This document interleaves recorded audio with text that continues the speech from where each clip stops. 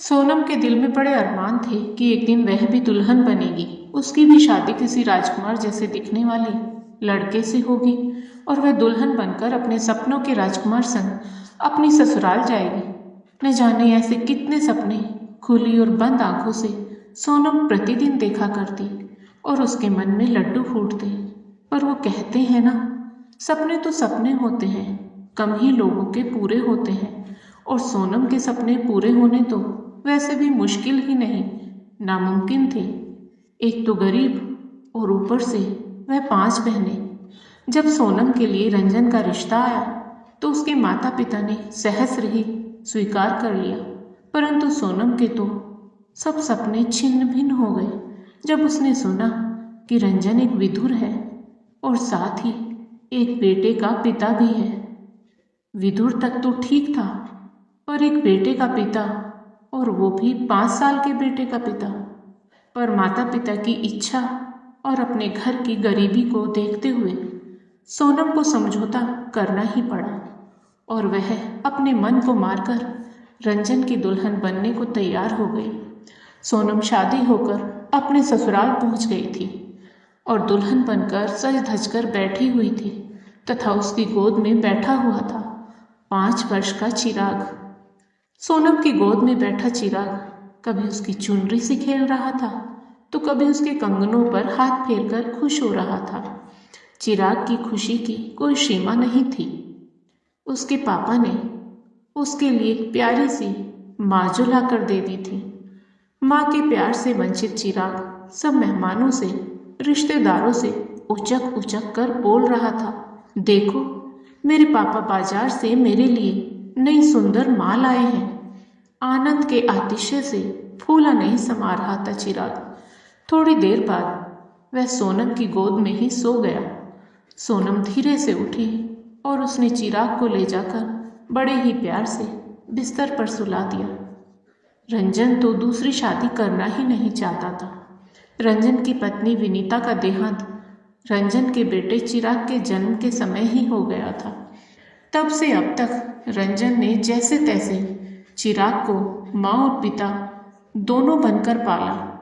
बहुत से रिश्तेदारों ने रंजन की पत्नी विनीता के देहांत के कुछ समय पश्चात ही रंजन को दूसरे विवाह की सलाह देनी शुरू कर दी थी, परंतु रंजन ने कभी किसी की नहीं सुनी। उसने अपने मन में ठान लिया था कि वह कभी दूसरा विवाह नहीं करेगा और अपने बेटे को पूरा प्यार देकर उसका पालन पोषण अकेले ही करेगा। लेकिन दोस्तों, जिंदगी इतनी आसान भी नहीं होती। हम जैसा सोचते हैं वैसी तो बिल्कुल भी नहीं। जब चिराग ने स्कूल जाना शुरू किया तो वह स्कूल में अपने दोस्तों के मुख से उनकी माताओं की बातें सुनता तो उसका नन्हा सा दिल टूट जाता और वह बड़ा दुखी होता और फिर घर आकर वह अपने पिता रंजन से लिपट जाता और रोते हुए उससे पूछता कि पापा, मेरी माँ कब आएगी? वो कहाँ है? रंजन के पास इसका कोई जवाब नहीं होता। वो जैसे तैसे बेटे के इस सवाल के जवाब को टाल देता, पर माँ की ममता के प्यासे चिराग के मासूम चेहरे को देखकर रंजन का दिल द्रवित हो जाता। अपनी बड़ी बहन सुधा और रिश्तेदारों के दबाव में आकर रंजन दूसरी शादी के लिए तैयार हो गया। सोनम के पिता रंजन के सौम्य स्वभाव और आर्थिक स्थिति देखकर खुशी खुशी सोनम का रिश्ता रंजन के साथ करने को सहमत हो गए। जब सोनम को इस रिश्ते के विषय में पता चला तो उसके सारे सपने चूर चूर हो गए। उसने भी अपने भविष्य के साथी के लिए अनेक सुंदर सपने देखे हुए थे, परंतु अब वह एक विदुर की पत्नी बनने जा रही थी जिसका एक बेटा भी था। फिर भी परिवार की दयनीय स्थिति और पिता के कष्ट को देखकर उसने शादी के लिए हाँ कर दी थी और उसने मन में सोच लिया कि शायद यही मेरा भाग्य है और जल्दी ही रंजन से विवाह करके वह उसके घर आ गई। उसने अपने भाग्य से समझौता कर लिया था और पूरे दिल से इस परिवार को अपना लिया था। मन ही मन उसने अपने आप को वचन दिया कि वह इस घर को प्यार से भर देगी और चिराग की जिंदगी में वह एक अच्छी माँ बनेगी। जिस माँ की कमी चिराग को सताती थी, चिराग अपनी नई माँ को देखते ही खुश हो गया था। परंतु वहीं रंजन की बड़ी बहन सुधा, जो सोनम की ननद थी, न जाने क्यों वह शादी के पूरे उत्सव के दौरान बहुत ही उखड़ी उखड़ी सी रही। सोनम ननद के व्यवहार को समझ गई।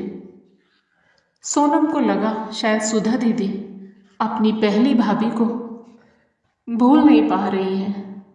शादी की पहली रात को सोनम गुड़िया की भांति सिमटी हुई बिस्तर पर बैठी हुई रंजन के आने की प्रतीक्षा कर रही थी कि कुछ देर बाद रंजन कमरे में आया और बहुत गंभीर होकर सोनम से बोला, देखो सोनम, मैं जो तुमसे कहने वाला हूँ वह ध्यान से सुनना।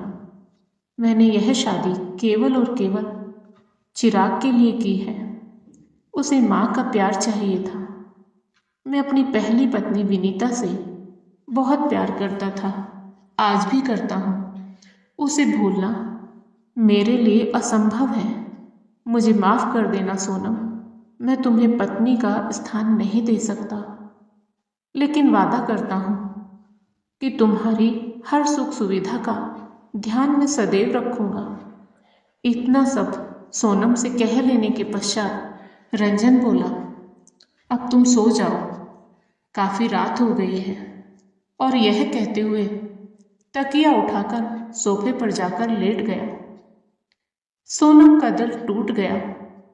एक पल के लिए मन किया सब कुछ छोड़कर मायके भाग जाऊं, लेकिन तभी उसे अपने माता पिता की गरीबी का और तंगहाली से मुरझाया चेहरा याद आया, जिन्होंने कितनी मुश्किल से उसकी शादी तय की थी। 4 छोटी बहनों के चेहरे भी सामने आ गए। सोचने लगी, मेरे ऐसा करने से मेरी छोटी बहनों की शादी होना भी मुश्किल होगा। यह सब सोचकर सोनम ने आंसू पोंछकर इसे ही अपनी नियति मान लिया और अपने ससुराल में अपना मन लगाने का प्रयास करने लगी। एक दिन की बात है, चिराग स्कूल से घर आते ही सोनम से लिपट गया और बोला, माँ, अब तुम मेरे साथ मेरे स्कूल चलना। मैं अपने दोस्तों को दिखाऊंगा कि देखो मेरी माँ आ गई है। अब मैं अपने दोस्तों को दिखा दूंगा कि मेरी भी माँ है, मेरी प्यारी माँ। उस नन्हे से बालक की मासूमियत और प्यार ने सोनम के दिल को छू लिया। कुछ दिन बाद रंजन की बहन सुधा वापस ससुराल जाने को तैयार हो गई, तो रंजन ने कहा कि दीदी थोड़े दिन और रुक जाओ। परंतु सुधा ससुराल में जरूरी काम का बहाना बनाकर चली गई। समय बीतता गया। सोनम और रंजन के विवाह को 4 महीने हो गए थे। सोनम ने अपनी समझदारी, प्यार और लगन से पूरे घर को एक सूत्र में बांध लिया। चिराग के लिए तो सोनम खुशियों का सागर थी। माँ के हाथ का स्वादिष्ट खाना, माँ की मीठी आवाज़ में अच्छी अच्छी कहानियाँ सुनकर सोना, माँ के हाथों से तैयार होकर स्कूल जाना। उसने सोनम को पूरी तरह अपनी माँ ही मान लिया था और सोनम भी उसे इतना प्यार करने लगी कि उसे लगता ही नहीं था कि चिराग उसकी अपनी कोख से जन्मा बेटा नहीं है। वैसे तो रंजन भी सोनम की खूब देखभाल करता था, परंतु रात में कमरे में आकर तकिया उठाकर सोफे पर जाकर सो जाना, यह बात सोनम के दिल पर हर रात छुरे की तरह चुभती थी। फिर भी वह रंजन का दिल जीतने के प्रयासों में लगी ही रहती। उसकी हर ज़रूरत का ख्याल रखती, उसके पसंदीदा व्यंजन बनाती। पर रंजन अभी भी उसे पत्नी के रूप में स्वीकार नहीं कर पा रहे थे। एक दिन छुट्टी के दिन रंजन देर से उठा तो जब वह कमरे से निकला तो सोनम लाल साड़ी में, सिर पर पल्लू डाले, हाथ में पूजा का थाल लिए तुलसी के पौधे के पास जा रही थी। रंजन उसके सौम्य रूप को देखकर वहीं ठहर गया। सोनम की नज़र रंजन पर पड़ी और उसने तुरंत नज़र झुका ली। लेकिन उस एक पल में सोनम ने रंजन की आंखों में अपने लिए प्रशंसा का भाव पढ़ लिया। उसका दिल खुशी से नाच उठा। शायद यह उसकी परीक्षा में सफलता की पहली सीढ़ी थी। नाश्ते के बाद जब सोनम चिराग के साथ खेल रही थी तो रंजन मुस्कुराने लगा। चिराग ने उसका हाथ पकड़कर कहा, आइए ना पापा, आप भी हमारे साथ खेलिए। रंजन ने मना नहीं किया। तीनों का प्यारा समय बीता और आज रंजन के चेहरे पर एक अलग सी चमक थी। अगले दिन भी सोनम बेहद उत्साहित थी। शाम को जब रंजन थका हुआ घर आया तो उसने चाय हाथ में लेते हुए कहा, सोनम, आज ऑफिस में बहुत काम था।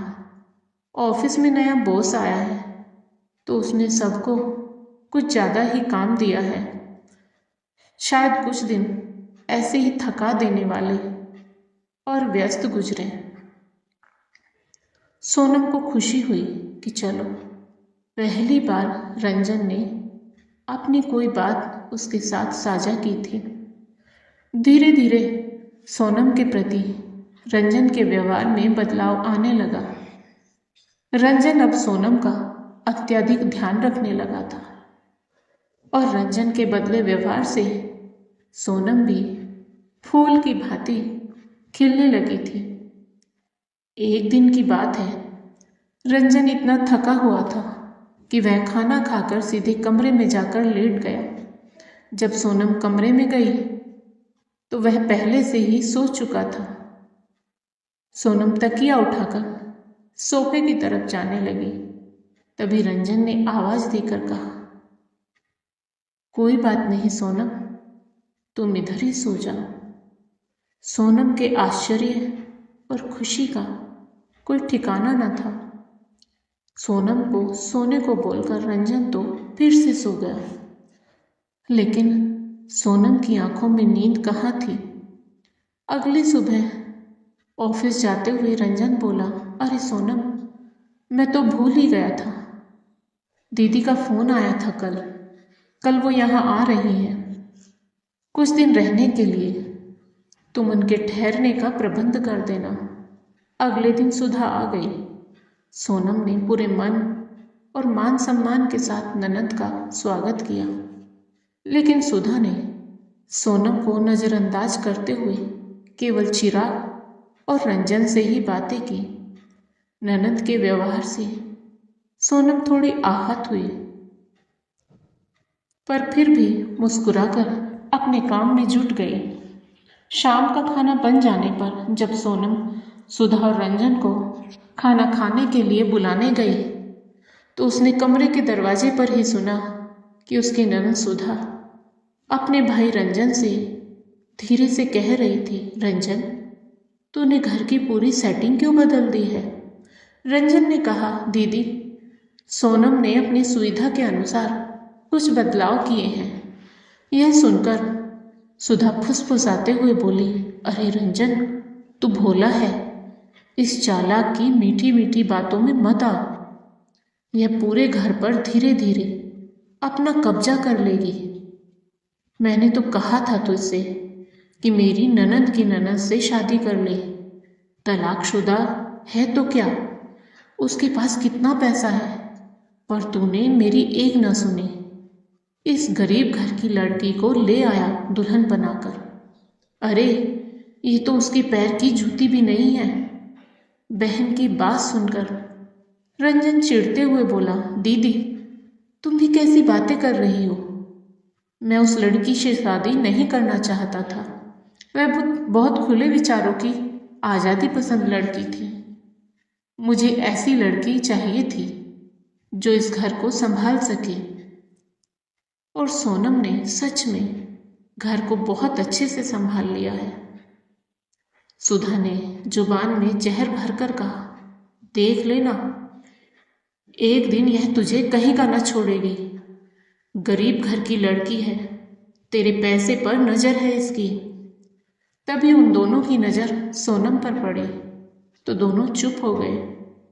अपने प्रति ननद के ऐसे विचार सुनकर सोनम का दिल टूट गया, लेकिन उसने कुछ नहीं कहा। बस उनको खाना खाने आने को बोलकर वापस बाहर चली गई। सुधा और रंजन जब कमरे से बाहर आए तो सुधा ने देखा सोनम चिराग को अपने हाथ से खाना खिला रही थी। तो सुधा ने चिराग को आवाज लगाकर कहा, चिराग बेटा, इधर तो आ, मैं खिलाती हूँ तुझे खाना। चिराग ने मासूमियत से कहा, नहीं बुआ, मैं माँ के हाथ से ही खाऊंगा। सुधा के अंदर आग भड़क गई। वह तो जल भुनकर राख हो गई, लेकिन वह कुछ नहीं बोली। रंजन सोनम और चिराग को देखकर मंद मंद मुस्कुराने लगा। यूं ही दिन बीतते गए। सुधा हर मौके पर सोनम के खिलाफ बीज बोने की कोशिश करती रही, परंतु सोनम सदा शांत रही, क्योंकि सुधा रंजन की बड़ी बहन थी, इसलिए सोनम उसका लिहाज करती थी। एक दिन घर में दूध खत्म हो गया। रंजन के ऑफिस से आने का समय था और चाय के लिए दूध चाहिए था, तो सोनम दूध लेने बाजार चली गई। वापस आते ही उसने देखा कि सुधा चिराग को गोद में बैठाकर कह रही थी, चिराग बेटा, ये जो तुम मामा करता है ना, ये कोई सगी माँ नहीं है तेरी, ये तो सौतेली माँ है, बहुत बुरी है ये, किसी दिन तुझे मार डालेगी तेरी ये सौतेली माँ। यह सुनते ही सोनम का खून खौल गया। आज वह बर्दाश्त न कर सकी और वह बहुत जोर से चिल्लाई, बस करिए दीदी, क्यों छोटे बच्चे के दिल में उसकी माँ के प्रति जहर भर रही है। मैं सब सह रही हूँ, लेकिन आज आप मेरे बेटे के दिल में मेरे प्रति जहर भर रही हैं। मैं कुछ भी सह सकती हूँ, लेकिन मेरे बेटे की मासूमियत को निशाना बनाना यह कभी सहन नहीं करूँगी। यदि आपने दोबारा ऐसा किया तो माफ़ करना दीदी, मैं आपके बड़ी होने का भी लिहाज नहीं रख पाऊंगी। सोनम की बात सुनकर सुधा गुस्से से पागल हो गई और सोनम पर चिल्लाई, तेरी इतनी हिम्मत, छोटे घर से आई भिखारियों की लड़की, तू मुझ पर चिल्लाएगी? मैं चाहूं तो तुझे 2 मिनट में घर से निकाल दूं। यह कहते हुए सुधा ने सोनम को थप्पड़ मारने को हाथ उठाया। तभी बाहर से रंजन आ गया। रंजन ने झट से अपनी दीदी का हाथ पकड़ लिया और सोनम को अपनी ओर खींचते हुए सुधा पर नाराज होकर चिल्लाने लगा, दीदी, तुम जब से आई हो जहर ही उगल रही हो। आखिर आपको क्या प्रॉब्लम है? क्या तुम्हें मेरा खुशहाल जीवन बर्दाश्त नहीं हो रहा है? कैसी बहन हो तुम? क्या तुम्हारी पसंद की लड़की से शादी न करने की सजा आप मेरी पत्नी और मेरे बेटे को दे रही हो? दीदी, सोनम के साथ जिंदगी मैं जीऊंगा, तुम नहीं। और दीदी, अब तो तुम इतना नीचे गिर गई कि मेरे बेटे के बचपन पर भी वार कर रही हो। दीदी, यह मैं कभी भी बर्दाश्त नहीं करूँगा। मेरे होते हुए कोई मेरी पत्नी पर उंगली उठाए, यह भी मैं बर्दाश्त नहीं कर सकता। याद रखो दीदी, सोनम मेरी पत्नी है और मैं अपनी पत्नी से बेहद खुश हूँ। तुम अपने भाई के घर खुशी खुशी आई हो तो खुशी खुशी रहो, यहाँ अशांति मत फैलाओ। सुधा विस्मित होकर चुप हो गई और फिर लज्जित होकर चुपचाप अपने कमरे में चली गई। इधर रंजन ने आगे बढ़कर सोनम को गले लगा लिया। अपने जीवन साथी के गले लगकर आज सोनम को दुनिया जहां की खुशी मिल गई थी, क्योंकि आज रंजन ने उसे अपनी जीवन संगिनी का स्थान जो दे दिया था। रंजन के गले लगे हुए खुशी के आंसू सोनम की आंखों से बहने लगे और रंजन की शर्ट को भिगोने लगे। रंजन ने अपने हाथों से सोनम के आंसू पोंछे और झुककर उसकी पलकों को चूम लिया। तभी चिराग भी आकर सोनम के पैरों से लिपट गया और तीनों की हंसी एक साथ घर में गूंज उठी। अगले दिन सुधा ने भी अपने भाई और सोनम से माफी मांगी और चुपचाप वहां से जाने लगी। तब सोनम ने आगे बढ़कर सुधा को रोका और कहा, दीदी आप हमसे बड़ी हैं, आप माफी मत मांगिए और आपको अपनी गलती का एहसास है, इतना ही बहुत है।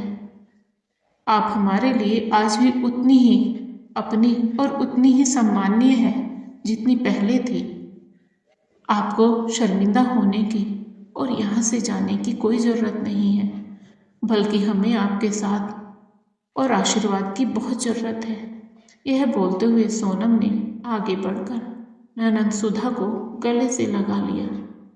दोस्तों, क्या ऐसी भी बहन होती है जो अपने ही भाई का घर तोड़ने का प्रयास करे? और क्या ऐसी भी भाभी होती हैं जो ननद के गलत होने पर भी उसे माफ करके गले से लगा ले? कितनी गलत थी सुधा, उसने रिश्तों में जहर घोलने का काम किया। और कितनी सही थी सोनम, जिसने ननद को माफ कर दिया। दोस्तों, आपको आज की कहानी पसंद आई हो तो वीडियो को लाइक करें, शेयर करें और साथ ही हमारे चैनल को सब्सक्राइब करें। बेल आइकन को प्रेस करके ऑल बटन पर क्लिक करें। राधे राधे प्यारे दोस्तों।